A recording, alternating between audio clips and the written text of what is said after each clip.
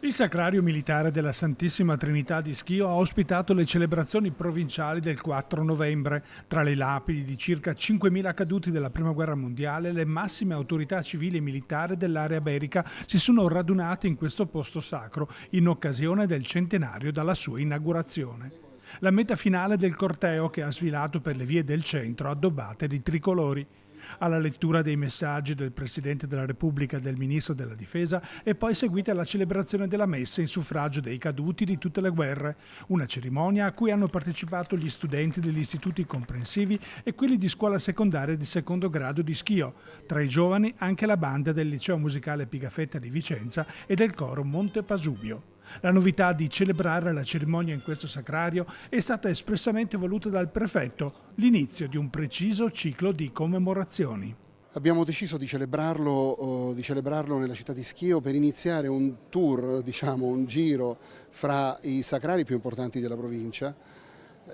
che non a caso nel gonfalone porta i 4 sacrari più noti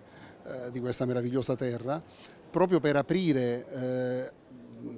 la celebrazione ai territori che, non essendo il capoluogo, cioè Vicenza,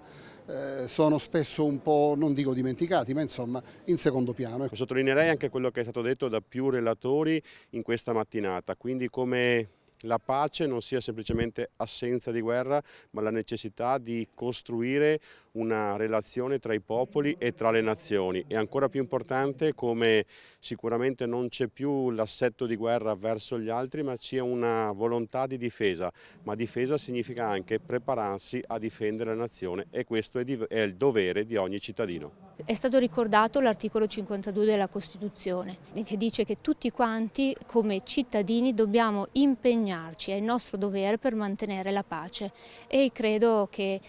questo è il segnale che noi adulti oggi insieme con i ragazzi abbiamo dato anche alle classi che non hanno potuto partecipare oggi.